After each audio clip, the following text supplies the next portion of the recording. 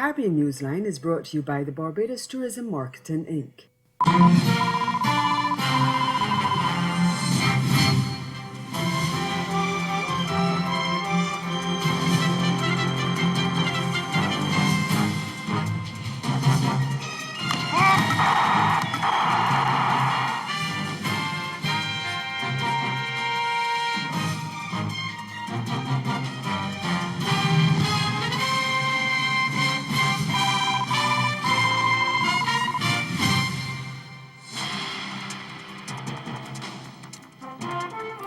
Dominica's opposition leader Lennox Linton challenging his loss in a defamation lawsuit filed by the cabinet. Our top story in the Caribbean Newsline for Friday, April 28th. From the CMC News Center in Bridgetown, I'm Dawn Paris. Good evening.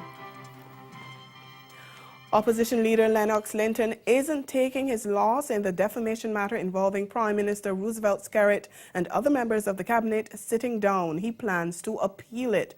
On Thursday, a judge ruled that Linton will have to pay for statements he made at a youth rally in 2014, in which he alleged that government ministers rape young people in exchange for public assistance.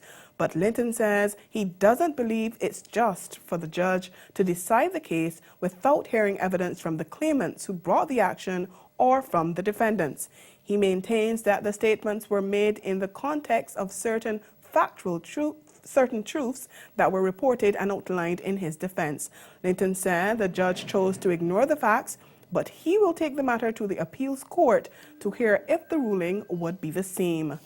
Meanwhile, on Thursday night, as he addressed a town hall meeting, Prime Minister Skerrit made a reference to the ruling, saying jokingly he expects to get at least 55,000 EC dollars as a result. So when I do a little maths tonight there, I say, well, what boy, I might get $55,000, man. When you divide that by 18, it's about $55,000, but I want that money. I want the $55,000. Because we gave the gentleman an opportunity to apologize.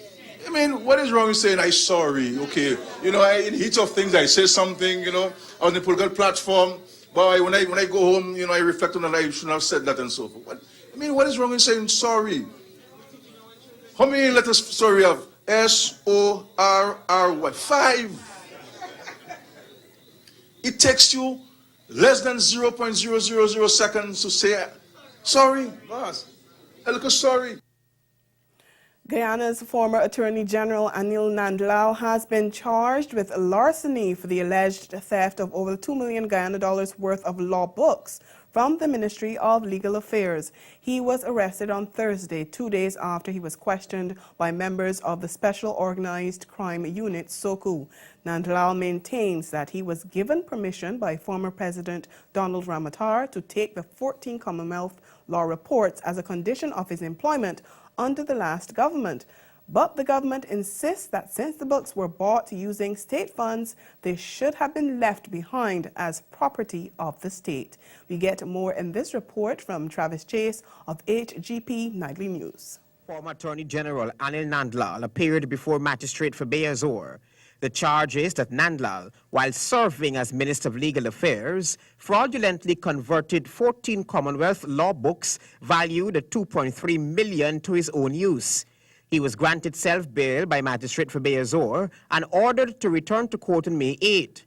He was approached for a comment just after he exited the courtroom, flanked by PPP parliamentary colleagues. Mr. Nandlal, you've been charged with a criminal offense. What's your take on this, please? Well, as I don't think anyone would be surprised by the turn of events. The Attorney General promised over a year ago that should I continue to publicly criticize him and expose his incompetence, that he will make this law book an issue and that I will be charged. So I am not surprised at all. I expected this. In fact, it came rather late. The defense lawyer asked Magistrate Azor to note that the High Court has been called to determine ownership of the law reports. Nandlal has already secured a High Court order preventing the police from seizing the law reports on the grounds of deprivation of his property. But that order did not prevent lawmen from arresting the former AG. everybody know who I am and that I can afford law books. My wristwatch is valued more than the law books, and so is my cell phone. But the point is, though, that I am humbled by the efforts that they have expended to humiliate, embarrass, and break my spirit. And the fact that they have charged me, they have catapulted me into a line of very illustrious politicians who have all been charged as part of the political struggle. The prosecution had no objection to the former AG being released on bail, saying that Nandlal isn't a flight risk and that they are awaiting 2 more statements. Nandlal, even though criminally charged, maintains that the volumes do not belong to the state. When I took this job, I took it at a loss of income, that I was earning much more. And part of the package which I negotiated was the payment of my subscription for the law books. The state cannot produce any document that they ever purchased law books. The state paid my phone bills, the state paid my light bills, and the state paid my subscription fees. The state can't claim my cell phone because they paid my phone bills. They can't claim my electrical appliances because they paid my light bills. Similarly, they can't claim the law books. They have no relationship with the supply of that law book. Caribbean governments owe the University of the West Indies more than $100 million, and the regional tertiary institution says it's facing financial challenges as a result. UWI Vice Chancellor Sir Hilary Beckles said a company that was contracted to look at the financial strength of the university has recommended that it restructure its internal operations and generate more revenue. He said the company had cautioned that the UWI would be in significant financial difficulty unless it's able to get an annual injection of $75 million. At the moment, Caribbean governments owe $105 million, and Sir Hilary says if it doesn't collect that money, it will be, quote, in trouble as a university, end quote. He described the financial situation as a damaging one because without a budget, there is no campus. Sir Hilary disclosed that during a recent meeting of the University Grants Committee with Caribbean governments, all of the university's budgets were not discussed because not all governments were able to make commitments. He said it was an unfortunate development that had never before occurred. The principal said the university would have to engage new instruments to raise the required capital for the next 5-year development plan. CARICOM countries appear to be divided on the need to discuss the ongoing political situation in Venezuela. At a meeting of the Organization of American States Permanent Council, the Bahamas, Barbados, Jamaica, Guyana, and St. Lucia were among countries that voted in favor of a resolution to convene a meeting of the region's ministers of foreign affairs to consider the situation. But Antigua and Barbuda, Dominica, Haiti, St. Kitts and Nevis, St. Vincent and the Grenadines, Suriname, and Venezuela voted against it. Belize, the Dominican Republic, and Trinidad and Tobago abstained from the vote, and Grenada was absent from the meeting. The resolution was subsequently approved. A place and date for the meeting have not yet been determined. Earlier this week, Venezuela said it would withdraw from the OAS in reaction to pressure from the bloc over the government's handling of the country's political crisis. Foreign Minister Delcy Rodriguez said the government would launch a 2-year process to pull out of the Washington-based hemispheric body that it had been a member of for more than 65 years. And Venezuela, as we mentioned, there is turning its back on the OAS. The country on Tuesday had threatened to withdraw from the OAS after accusing the group of meddling in its internal affairs. And on Thursday, it formally presented an official letter to begin the process of pulling out. The procedure is expected to take 2 years. The action came on the heels of bitter objections raised by the Nicolas Maduro administration after OAS ambassadors approved the resolution convening a special meeting of regional foreign ministers. The OAS has been debating Venezuela's compliance with the Inter-American Democratic Charter over the past few weeks.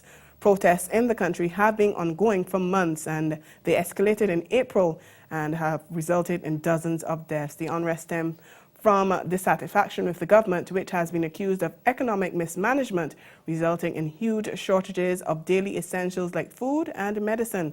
At least 28 people have been killed since the unrest erupted at the beginning of April. This number includes many cases unrelated to the political unrest, Of the 28, 13 people were killed in relation to the protests. Still to come in Caribbean Newsline, lawyers in Jamaica facing extradition to the U.S. over a lottery scam. More news after the break. Follow your heart to the 21st edition of the St. Kitts Music Festival from the 22nd to the 24th of June, featuring Shabaranks, Ultimate Rejects, The Boozman, Mobado, Jack Pure, DJ Private Ryan, and back together again, Square One. Also performing Third Word, Voice, King Mighty Chalk Dust, Credence Clearwater Revisited, Ed Robinson, Ricardo Drew, Tedison John, Felicia Ross, Brianna D, Lyrical, and Goo Goo Dolls. For more information, log on to www.stkitsmusicfestival.net.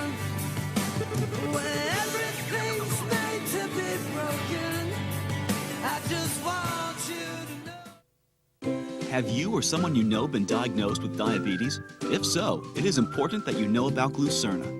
Glucerna is a nutritional supplement for people with diabetes and contains Carb Steady, which helps minimize blood sugar spikes. Manage your diabetes with Glucerna. Glucerna, nutrition for people with diabetes, designed for you. Picture this. Get away to one of the world's most beautiful islands to experience the Digicel Barbados Reggae Festival 2017. 4 of the biggest reggae events, April 23rd to April 30th, featuring the biggest names in reggae. Popcorn, Spragga Benz, Sanchez, Marcia Griffiths, Capleton, Conscience, Ventures, Flower Gun, Glen Washington, Cocoa Tea, and many more. Purchase your event tickets from ticketpal.com. For more details, follow Barbados Reggae Festival on Facebook or Instagram. Barbados, always on.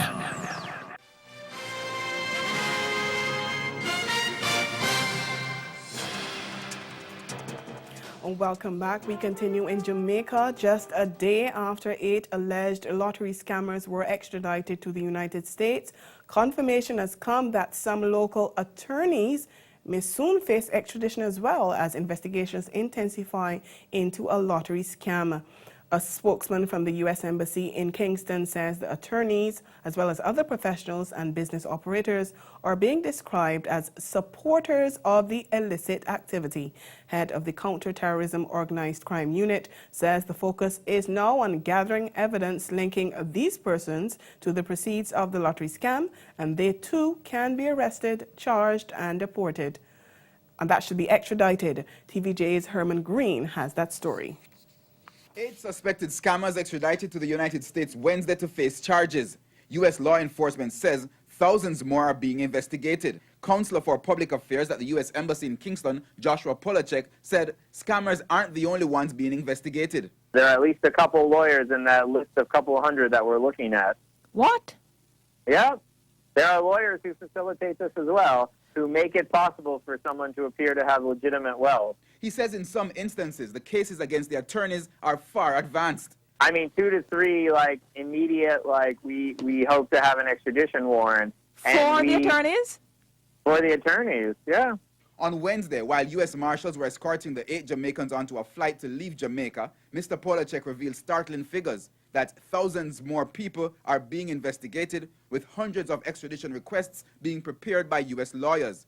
We asked National Security Minister Robert Montague if those numbers were surprising. No, it doesn't. And because I know the police have on their radar, I believe they last informed me, somewhere about 12 to 15,000 persons. We have re-engaged and restarted the lottery scamming task force. And they have pulled their resources together and their files together. And we are going to be targeting lottery scamming this year and its attendant evils. And we will leave no stone unturned, because the results of lottery scamming is creating mayhem upon the lives of many families. If convicted in the U.S., scammers can face up to 25 years in prison, which raises a concern for Mr. Montague.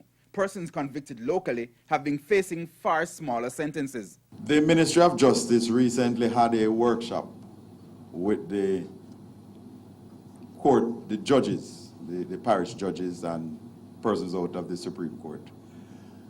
Because there are a number of different interpretations to the law. And they had that workshop, and it is one in a series of workshops. And where there needs to be amendment to the law, it will be amended. A Bohemian construction firm has received the contract to build a new airport on the island of Barbuda to the tune of $15.9 million US. The project is expected to begin in September and last for 1 year. We get more in this report from Andy Liebert of ABS News.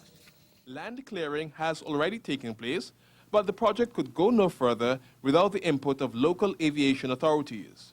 The Antigua and Barbuda Airport Authority made a presentation to Cabinet on Wednesday, with Information Minister Melford Nicholas in Trinidad and Tobago attending a technology forum. Thursday's post-Cabinet press briefing was chaired by Trade Minister E.P. Chet Green. He says the various considerations that the Airport Authority would have taken into account were revealed. Two issues of sinkhole and the bedrock depth. The kinds of material required to construct the new surface of the runway, issues of extension of the apron, and all this discussion preceded the second group, the BHM group, or the company charged with the airport construction in Barbuda. For safety reasons, the Airport Authority and Cabinet were in agreement with the proposal that the apron should be expanded. It was agreed that the apron size be extended from 30 to 45 meters on either side, that is, of the runway. And this proposal, you know, would have come from the ABA in their presentation of the 150-page document. It was agreed by all that it would increase safety and better serve passengers, and the general intention of creating an airport on Barbuda with standards allowing for level of service intended in the first instance. Despite this additional work, BHM does not expect that the cost will exceed US $15.9 million. And ahead in Newsline Sport calls for a ban on Caribbean Football Union's boss over financial impropriety. Sport is next. The most anticipated musical experience returns. Join us throughout beautiful Tobago as we celebrate the universal language with performances by Grammy Award winner D'Angelo, legendary singer Grace Jones, Shabba Ranks, Morgan Heritage, Ellen Trotman Hess the Band, and many more. The 2017 Tobago Jazz Experience, April 22nd to 30th.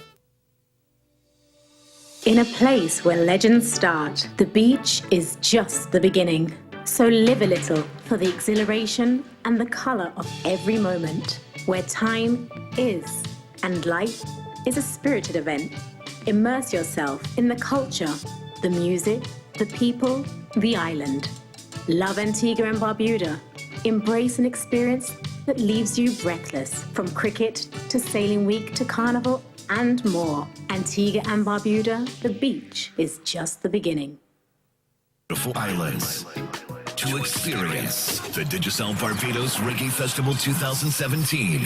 4 of the biggest reggae events, April 23rd to April 30th, featuring the biggest names in reggae. Popcorn, Spragga Benz, Sanchez, Marcia Griffiths, Capleton, Conscience, Ventures, Flower Gun, Glen Washington, Cocoa Tea, and many more. Purchase your event tickets from ticketpal.com. For more details, follow Barbados Reggae Festival on Facebook or Instagram. Barbados, always on.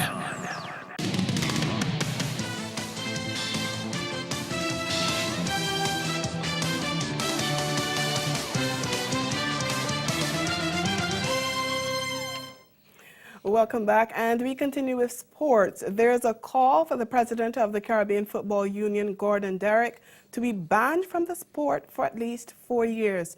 The call comes from the ethics prosecutors for the World Football governing body FIFA after its ethics committee said it opened a formal case against Derrick based on the prosecutor's final investigation report. The ethics committee says the latest case focuses on alleged conflicts of interest, offering and accepting gifts and other benefits, mismanagement of funds, abuse of position, and disloyalty. Last year, Derrick was banned from standing in the CONCACAF regional presidential elections as he was being investigated for financial impropriety. A victory there would have made him a FIFA vice president, but the Court of Arbitration for Sport upheld his exclusion from the CONCACAF election imposed by the FIFA Audit Committee. Host Bahamas lost 3-2 to Switzerland as the FIFA Beach Soccer World Cup began on Thursday night. The Bohemians had got off to a flying start in their opening Group A match at the National Beach Soccer Arena in Nassau. They were just seconds on the clock when Leslie St. Fleur scored. After being fouled in the middle of the pitch, he lined up the free kick and let fly with a powerful right-footed shot to score his country's first goal in a FIFA tournament, sending the home fans wild. But a Noel Ott equalizer set up Glenn Hoddle to score his decisive brace for the Swiss. Hoddle's second goal, an overhead finish early in the third period, was the match winner and spoiled the party for the home side that was making its debut at beach soccer's showpiece event. Bahamas' second goal came from captain Gavin Christie. The host's next game is on Saturday against Senegal.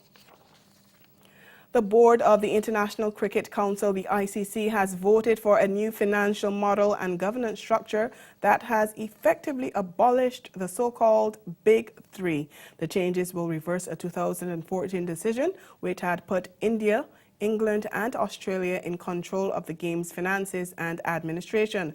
Under the new financial model, the split of revenues from the ICC for 2016 to 2023 will be altered to address the imbalance that currently favors the three boards. The ICC said the measure was passed 13 votes to 1 at a meeting at its headquarters in Dubai. A revised constitution, which will allow the ICC to include additional full members in the future, was also approved by 12 votes to 2. The Indian Cricket Board was the only one to oppose the new financial model, which would see its revenue share cut by almost half. It would still remain the highest earner, though, with $293 million, followed by the England and Wales Cricket Board, which would get $143 million. Australia would now get $132 million US, the same amount as West Indies, Australia, Pakistan, New Zealand, South Africa, Sri Lanka and Bangladesh. The remaining full member, Zimbabwe, would receive $94 million US. In addition, the ICC's associate member countries will share funding of $280 million US, but those decisions now have to be ratified at the ICC's annual conference in June. West Indies batsman Marlins Samuels has been drafted by Delhi Daredevils for the remainder of their Indian Premier League campaign as a replacement for injured South African wicketkeeper batsman Quinton de Kock. The 36-year-old Jamaican, who went unsold in the IPL auction this year, joins the franchise that already has his West Indies teammate Carlos Brathwaite on the roster. Daredevils are playing their next game against IPL leaders Kolkata Knight Riders today, Friday, at Eden Gardens. Samuels, who last played for the Windies in the 4-match T20 series against Pakistan last month, links up with a Daredevils side that has struggled this season and lies rock bottom of the IPL standings on 4 points with just 2 wins in 6 outings. He's represented West Indies in 71 tests, 187 one-day internationals and 55 2020 internationals, but he was not selected for the ongoing test series against Pakistan in the Caribbean. Samuels was a key member of the side that won the T20 World Cup in India last April, hitting a brilliant man-of-the-match unbeaten 85 in the final to see West Indies to a dramatic win over England. Switching sports now, reigning Olympic double sprint Queen Elaine Thompson will headline the 200 meters at the Prefontaine Classic next month. The 24-year-old Jamaican will line up alongside the likes of Dutch nemesis Daphne Skippers and the American pair of Tori Bowie and Allyson Felix in what is expected to be a blockbuster marquee event in Eugene, Oregon on May 27th. This will be the first time all 4 athletes will be competing in the same race. At last year's Prefontaine Classic, Bowie, Skippers and Thompson clashed in the 200 meters with Bowie coming out on top. Since then, however, Thompson has become the one to beat, especially after her exploits in Rio, where she became the first woman in 28 years to win both the 100 meter and 200 meter. The Prefontaine Classic is the 3rd meet in the Diamond League series, which begins in Qatar next Friday. Attorneys for embattled TNT gymnast Tema Williams are seeking answers from the Trinidad and Tobago Olympic Committee over their selection process for the Rio Olympics. Last year, the Gymnastics Federation dropped Williams from participating in a test event before the Olympics because it felt she was not fit to compete, and she was replaced by American-based Marissa Dick at the Olympics. Williams has since made an application in the court seeking damages for wrongful dismissal. Now that the way has been made clear for her to formally sue the TTGF, her attorneys are saying the Olympics Committee has some explaining to do. Tema Williams may have claimed round 1 of the $11 million lawsuit against the Trinidad and Tobago Gymnastics Federation, but her lawyers were circumspect when answering questions relating to the gymnast at a conference held at Attorney Keith Scotland's offices in St. Vincent Street, Port of Spain on Wednesday afternoon. Williams is seeking compensation from the TTGF after the federation decided to pull her out from competing at the Rio Olympics, stating that she was injured.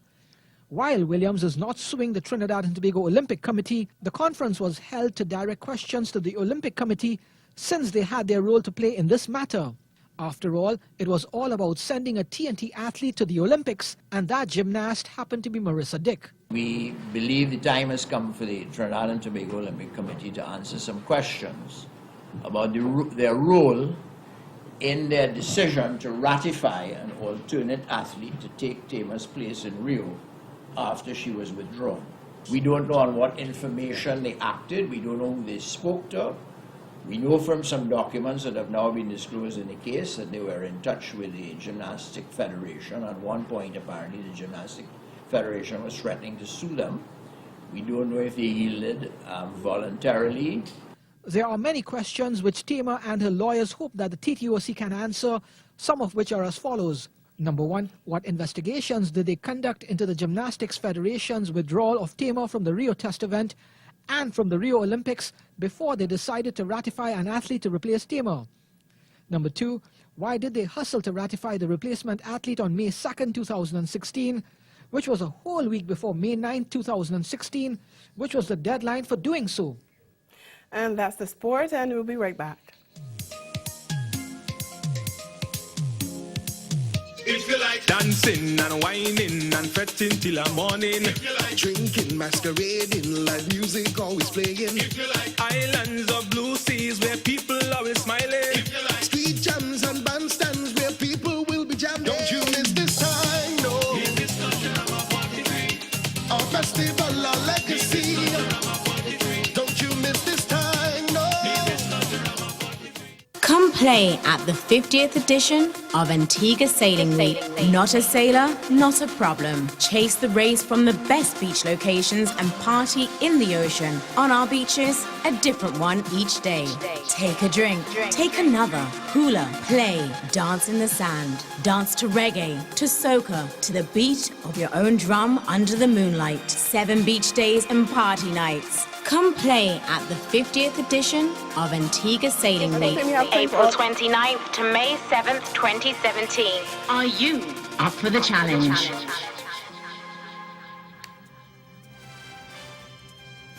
A recap of the major developments of this day. Dominica's opposition leader Lennox Linton says he will appeal a ruling by the High Court in a defamation matter involving the Prime Minister and other members of Cabinet. And in sport, FIFA wants CFU boss Gordon Derrick banned for 4 years as it investigates alleged conflicts of interest, offering and accepting gifts and other benefits, mismanagement of funds, abuse of position, and disloyalty.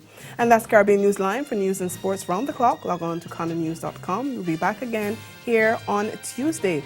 But from all of us at CMC News, thank you and good night, and have a safe and blessed weekend.